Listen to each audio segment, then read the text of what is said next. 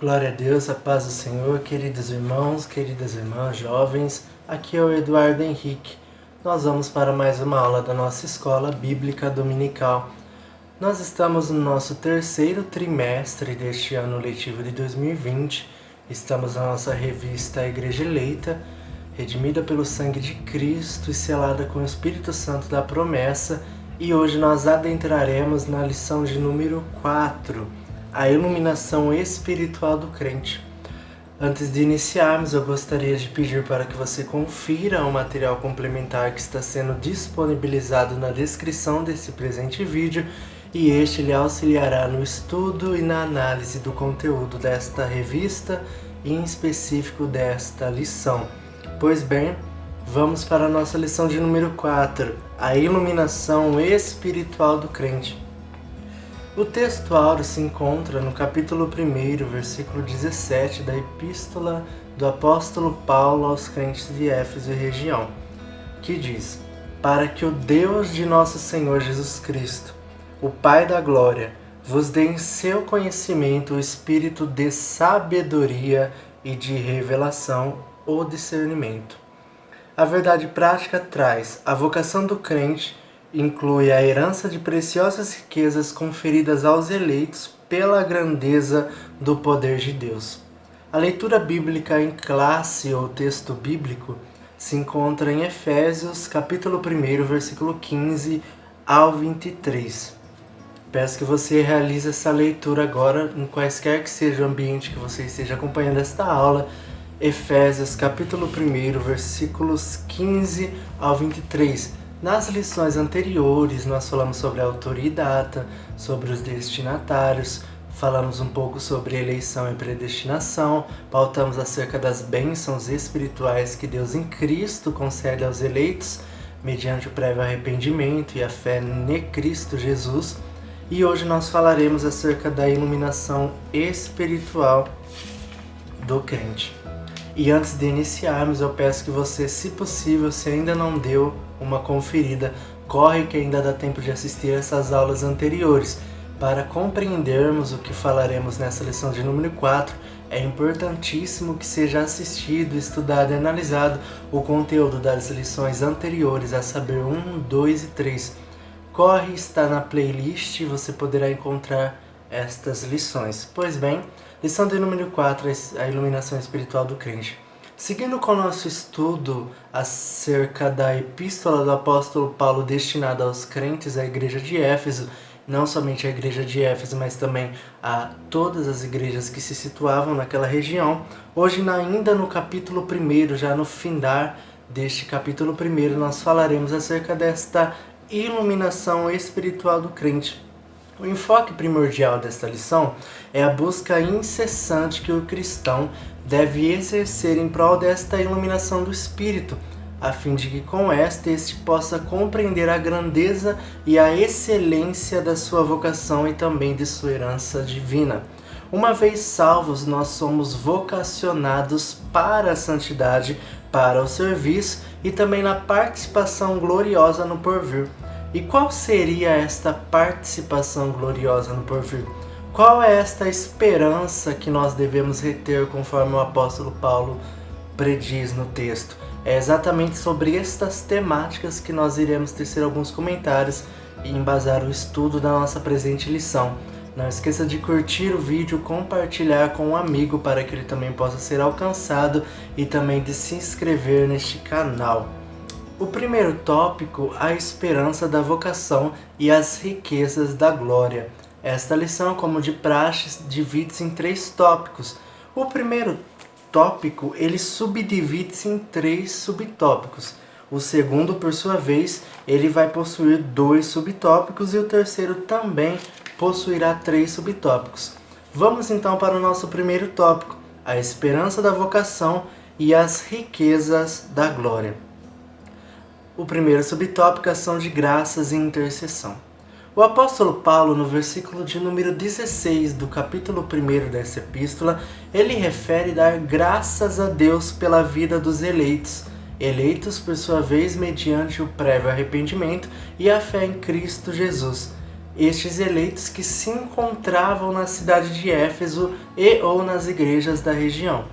Paulo dizia que havia ouvido, chegado ao seu conhecimento acerca da grande fé, da fé dos crentes que habitavam naquelas regiões, e não somente da grande fé dos tais, mas também do amor que era por eles cultivado dentre os irmãos daquela localidade.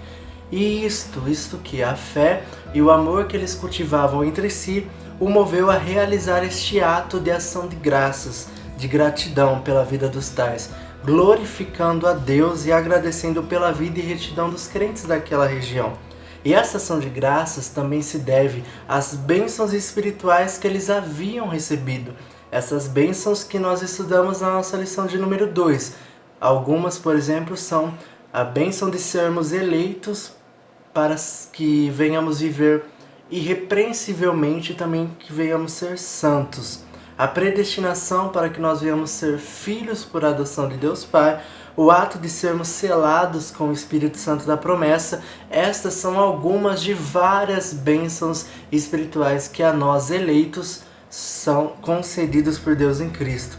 É sempre interessante relembrar e salientar que as bênçãos espirituais que Deus em Cristo concede aos eleitos são motivos que devem nos levar e fazer com que nós nos inclinemos a adorá-lo, a agradecê-lo, a prestar o nosso tributo e gratidão.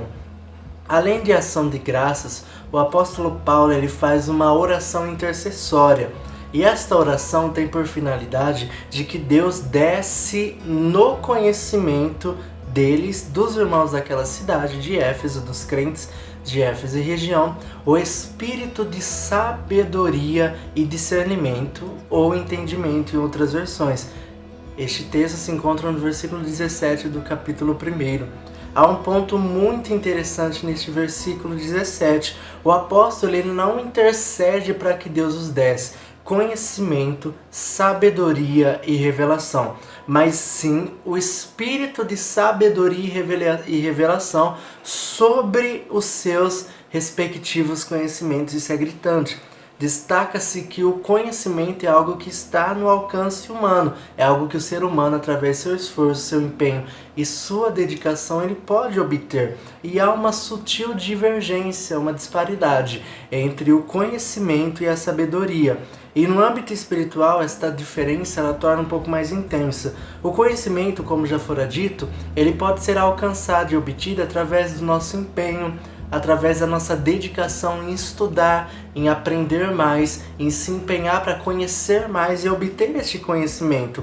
Já a sabedoria sobre este conhecimento é algo que só Deus pode nos conceder. Nós podemos, através do nosso esforço e estudo, obter conhecimento, mas a sabedoria apenas Ele pode nos conceder. E é justamente por isso que Paulo, parafraseando, intercede, dizendo: Deus, entregue sobre eles o conhecimento. Entregue sobre o conhecimento deles, sobre aquilo que eles já sabem, entendimento e sabedoria, para que eles possam compreender tudo o que o Senhor faz e fará para os tais. O Evangelho ele é simples, mas simultaneamente às vezes ele torna-se um tanto que complexo. E sem a intervenção divina, sem o agir do Espírito Santo, não há como nós percebermos plenamente a glória que no Evangelho há, a esperança da chamada, as riquezas da herança e da grandeza de Deus, e que Ele possa conceder sobre a sua vida sabedoria e entendimento sobre o conhecimento que você já obteve. Que o Espírito Santo ele possa iluminar a sua mente, e através desse iluminar do Espírito Santo sobre a sua mente, sobre a sua vida, você possa compreender com maior exatidão tudo o que Ele tem preparado por nós, tudo o que Ele tem feito por nós, as bênçãos espirituais aos eleitos concedidas e todo este contexto do plano de salvação. É muito interessante relembrar e dar uma ênfase maior a isto. A intercessão de Paulo fora para que Deus concedesse sobre o conhecimento dos irmãos sabedoria, o espírito de sabedoria e de entendimento. Então, sobre aquilo que eles sabiam, aquilo que eles buscaram conhecer e ter uma maior propriedade, Paulo fala: Deus, dê a eles o espírito de sabedoria e entendimento, para que eles possam compreender com exatidão tudo o que o Senhor tem preparado para os tais. O segundo subtópico fala acerca da esperança da vocação. Nesta mesma oração intercessória, percebemos que primeiro ele efetua um ato de ação de graças pela fé e o amor mútuo que havia entre os irmãos. Depois ele faz uma oração intercessória, pedindo para que Deus, sobre o conhecimento deles, desse o espírito de sabedoria e entendimento. E nesta mesma oração, além de Paulo pedir e clamar a Deus isto, ele também intercede a fim de que o Espírito Santo iluminasse os olhos do entendimento dos irmãos, para que eles viessem conhecer e saber a esperança da vocação. Então, além de interceder para que Deus desse o espírito de sabedoria e entendimento sobre o conhecimento deles, o apóstolo também pede, suplica, clama, intercede para que Deus iluminasse os olhos dos irmãos, dos crentes de Éfeso, para que eles pudessem entender e compreender a esperança da sua vocação, a esperança da sua chamada. Com isso, compreendendo a esperança pelas quais eles foram vocacionados, eles experimentariam e conheceriam abundantemente quais fossem os privilégios desta vocação. E tratando desta esperança da vocação, por sua vez, ela pode ser dividida em 3 aspectos. O primeiro desses aspectos é de que Deus chamou pessoas no passado, por meio da eleição em Cristo, na qual fazemos parte. Segundo aspecto, esta chamada de Deus no passado abrange o serviço, a dedicação, o empenho e a santificação no presente, de modo que nós venhamos viver um relacionamento saudável, reto, sincero, leal e constante com Deus Pai. E por fim, o terceiro aspecto desta esperança de nossa vocação diz respeito à nossa participação gloriosa no futuro, nossa participação gloriosa no porvir, que aponta para a vida eterna, em que conheceremos a Deus face a face e também conheceremos o ideal dele para conosco, e este será plenamente efetuado. Sendo assim, quando nós falamos da esperança da vocação, desta esperança da chamada, precisamos analisá-la sobre esses 3 aspectos. E somente com o Espírito Santo iluminando o nosso entendimento, podemos ter um olhar abrangente, podemos ter um olhar amplo, podemos falar com uma maior exatidão e propriedade acerca desta verdade. Então Paulo intercede para que Deus iluminasse os olhos dos cristãos, que Deus iluminasse os olhos dos irmãos que moravam, que habitavam em Éfeso e nas igrejas da região, para que eles pudessem entender, compreender a esperança da vocação e também as bênçãos espirituais que Deus a eles estava concedendo. Terceiro subtópico, as riquezas da glória e da sua herança. As riquezas da glória e da sua herança. Seguindo nesta mesma oração intercessória, muito rica por sinal o conteúdo dessa oração, no versículo 18 ainda, o apóstolo Paulo ele fala acerca das riquezas da glória da nossa herança. Nesse sentido, o vocábulo, a palavra herança, remete ao que Deus concede aos seus eleitos. Observe Colossenses 1,12 que diz: dando graças ao Pai que vos fez idôneos para participar das heranças dos santos na luz. Já o termo riquezas, por sua vez, ele vai fazer alusão às bênçãos espirituais que acompanham o plano da salvação, que nós estudamos na aula de número 2, se possível reveja. Então, com essas definições bem elaboradas, entendendo que herança remete ao que Deus concede aos seus eleitos e, por sua vez, as riquezas faz alusão às bênçãos espirituais que Deus em Cristo nos concede, tendo isso bem definido e bem elaborado em nossa mente, vamos trazer de uma forma mais ampla o conteúdo deste versículo. O que o apóstolo Paulo estava dizendo para Deus nesta oração intercessória era para que Deus iluminasse os destinatários da epístola, a fim de que eles pudessem entender e compreender as maravilhosas bênçãos que acompanham o plano de salvação, estas que por sua vez Deus deu aos eleitos. É claro que quando nós falamos dos destinatários desta epístola, nós nos referimos, conforme estudamos na aula 1, dos crentes que moravam, que congregavam, que se situavam na cidade de Éfeso e também nas regiões. Mas a hermenêutica, a grosso modo, a aplicação desta epístola permite trazer isso para os tempos atuais. Então, os mesmos conselhos, os mesmos desejos, desígnios do apóstolo Paulo para com os destinatários da epístola tem uma abrangência muito grande sobre nós, igreja do século XXI. Então, esta aplicação ela é vivíssima. O apóstolo Paulo estava intercedendo para que todos aqueles que recebessem aquela epístola pudessem entender as maravilhosas bênçãos que acompanham o plano de salvação que Deus arquitetou antes mesmo da fundação do mundo.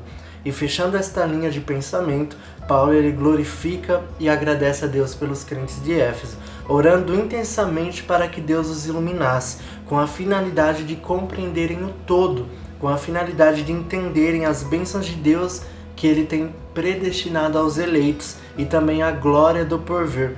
Claro que essa epístola ela foi destinada, como dissemos, aos crentes de Éfeso, mas tem uma aplicação muito rica para nós. Ela é vivíssima para a igreja atual do século XXI e quaisquer outros que sejam os séculos. Que Deus ele possa iluminar o nosso entendimento, que Deus ele possa iluminar os nossos olhos no sentido espiritual, para que nós possamos compreender, valorizar, glorificá-lo e agradecer, prestar o nosso tributo e a nossa gratidão a Deus por todas as ricas bênçãos espirituais que Ele tem a nós concedido neste tempo e também na glória do porvir.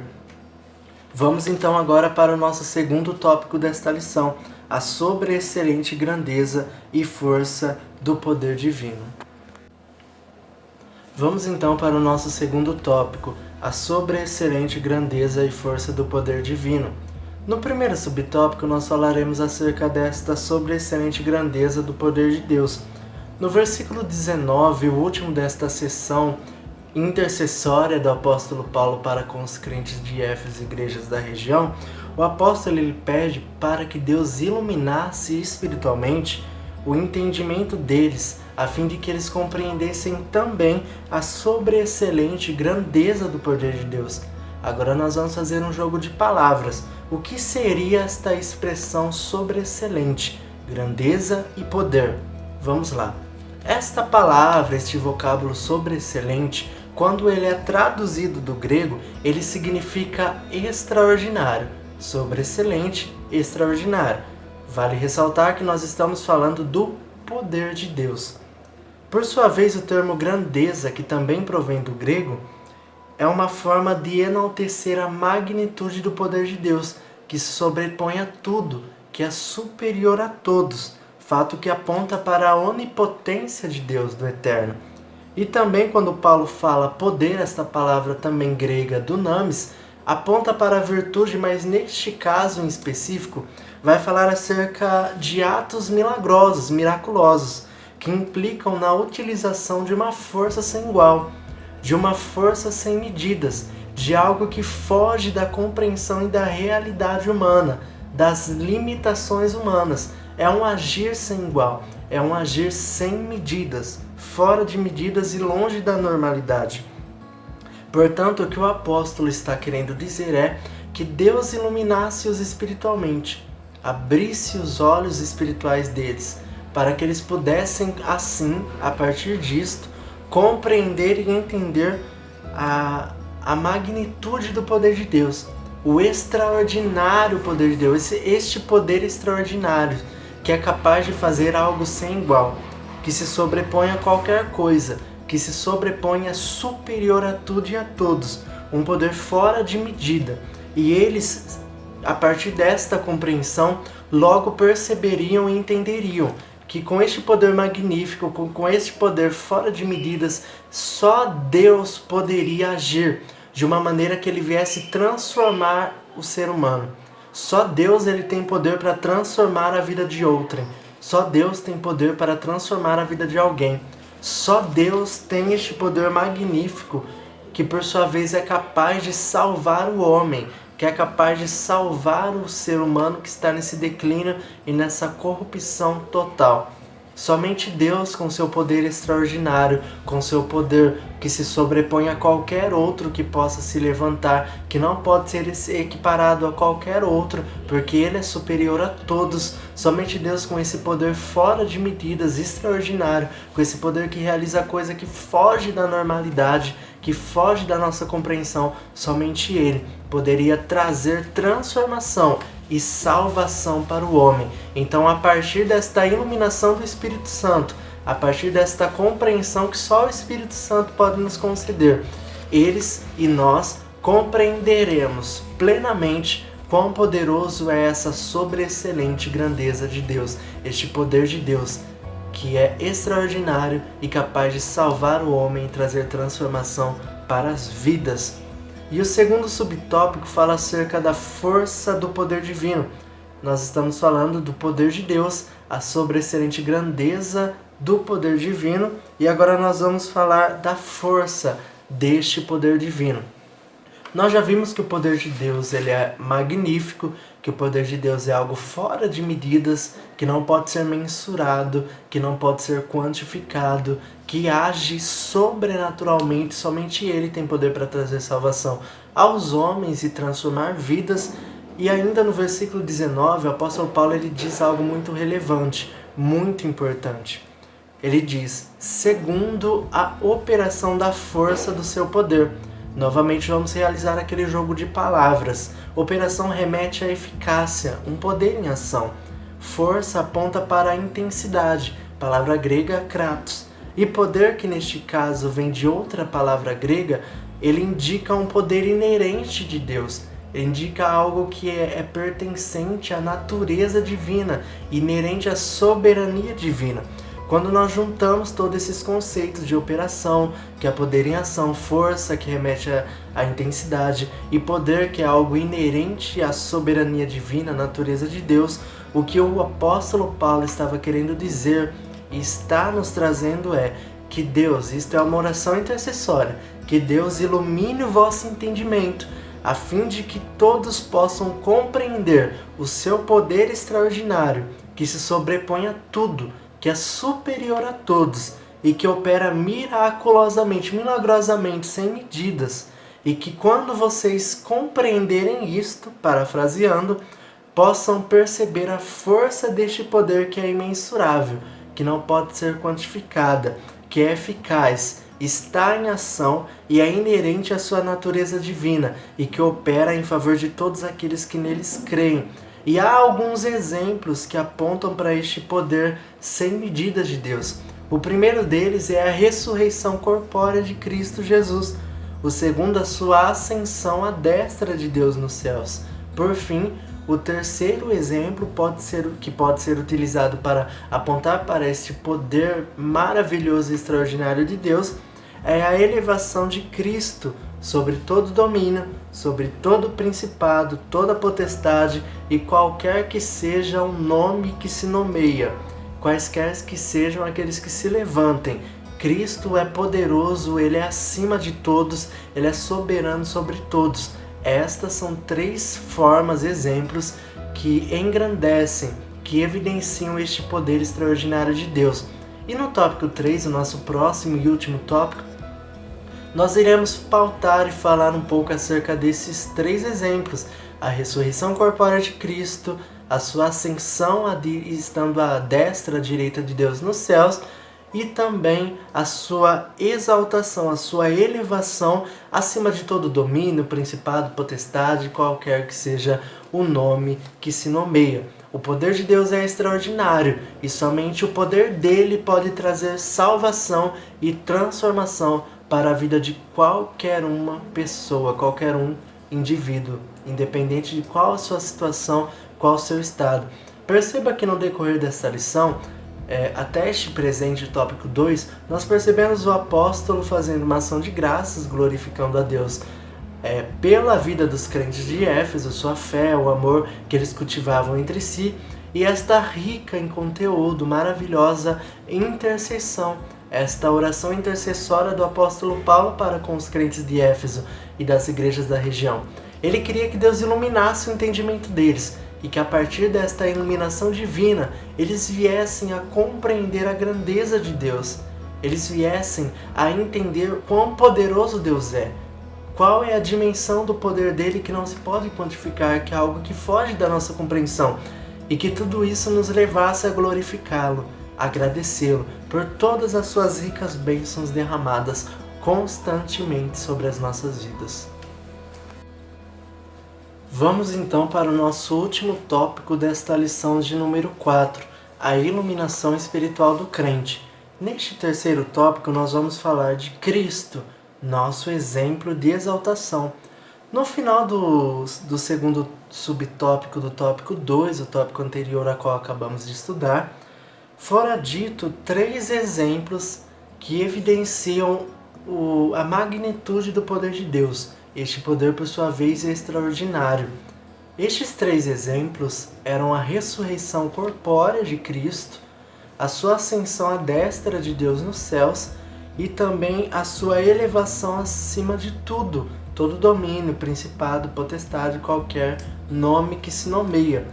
E neste terceiro tópico nós vamos falar acerca desses 3 exemplos que nós citamos. O primeiro subtópico diz Cristo, as primícias dos que dormem.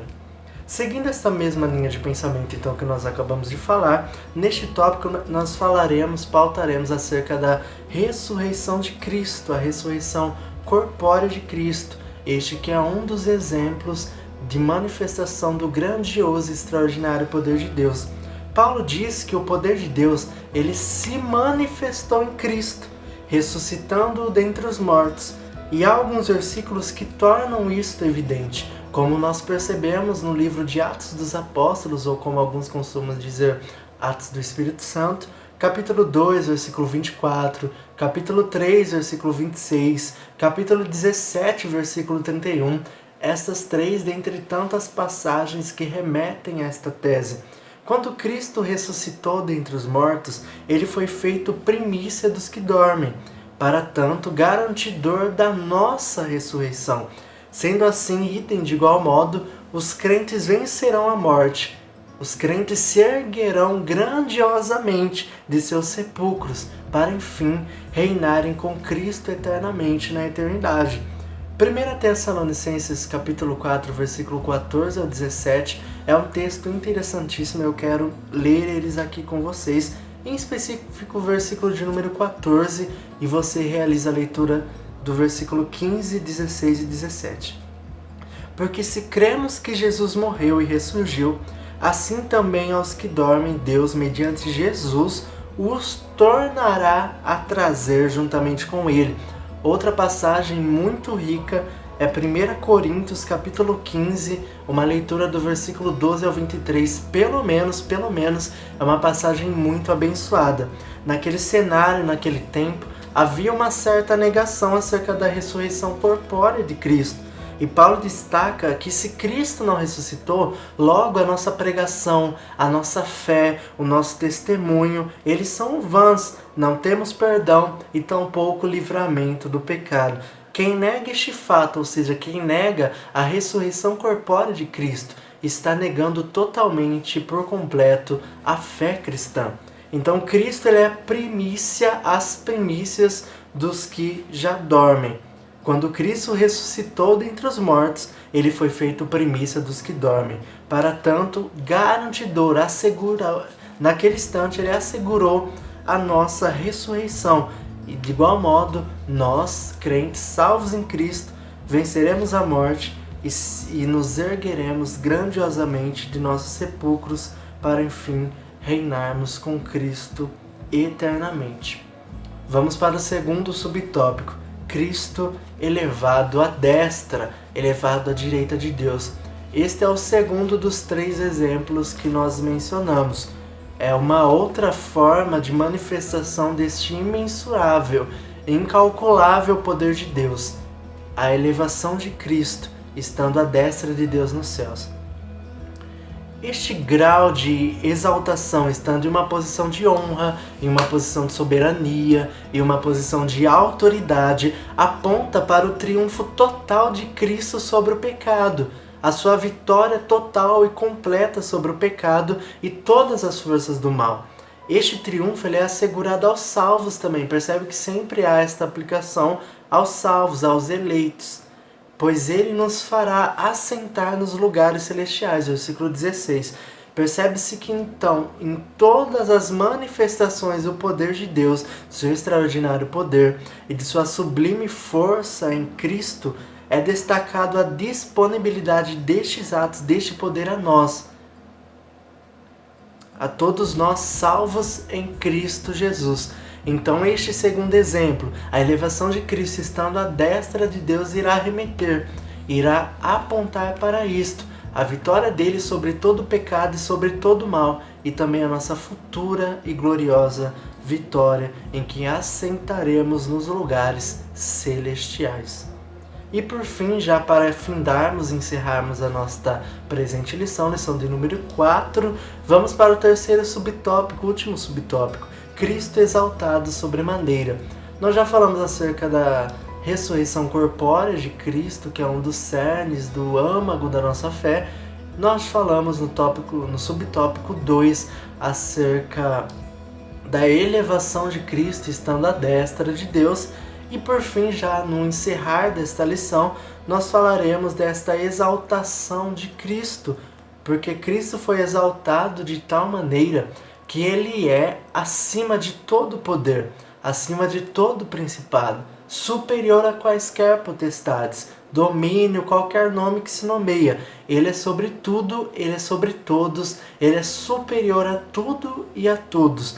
E este poder e autoridade também é conferido à Igreja de Cristo, em que ele é a cabeça e nós como seus membros de seu corpo e também de sua expressão, nós prevaleceremos contra todo mal, contra toda potestade, contra todo principado, contra todas as intempéries, contra todas as dificuldades que se levantarem e tentar nos assolar. As portas do inferno, esse versículo é interessantíssimo, elas não prevalecerão. Porta é instrumento de defesa. Então, quando a igreja avançar e a igreja seguir adiante, as portas, o instrumento de defesa do inferno, não prevalecerão, não impedirão, não inibirão o avanço da igreja, a vitória da igreja, o prevalecer da igreja em Cristo sobre todo este mal, sobre todos os males. Isso é concedido através da manifestação do poder de Deus em Cristo. Cristo foi exaltado de tal maneira que ele é sobre todo nome, ele é sobre todo principado, sobre todo domínio, quaisquer que seja. Cristo ele é soberano e tem autoridade sobre todas as coisas. Então, para nós concluirmos esta abençoadíssima lição, nós falamos acerca da iluminação espiritual do crente. Esta iluminação espiritual remete a isto: clamar e interceder assim como o apóstolo Paulo, para que Deus venha iluminar o nosso entendimento, iluminar o entendimento dos nossos irmãos em Cristo, das pessoas que estão inseridas no nosso cotidiano, no nosso dia a dia, inseridas e próximas a nós em meio à sociedade, para que Deus possa iluminar o entendimento delas, para que Deus possa dar sobre o conhecimento delas o espírito de sabedoria, de revelação, que o Espírito Santo possa levá-las a compreender com exatidão e plenamente, na completude que é, as bênçãos espirituais de Deus em Cristo a nós concedidas, e que isto possa nos levar a glorificar a Deus, prestar o nosso tributo e contínuo agradecimento. Deus ele é conosco, nós devemos agradecê-lo continuamente, glorificá-lo sempre, porque ele é sobre todos, ele é superior a todos, e o poder de Deus, ele é extraordinário, trouxe-nos a salvação, antes mesmo da fundação do mundo, mesmo não merecendo. E falando em merecer, é sobre isto que nós falaremos na lição de número 5, a próxima lição, a graça, o favor imerecido de Deus para conosco. Na próxima lição nós falaremos da nossa antiga natureza, da nossa antiga condição. Nós voltaremos um pouco também a dar esta ênfase ao plano de salvação, a mudança que nós, através de Deus em Cristo e o agir do Espírito Santo, estamos podendo vivenciar. Que Deus te abençoe e te conceda uma semana rica em bênçãos. e que você possa ser abençoado e edificado através do estudo desta lição. Compartilhe, convide um amigo para assistir com você, tenho certeza que será bênção. Deus te abençoe e uma ótima semana.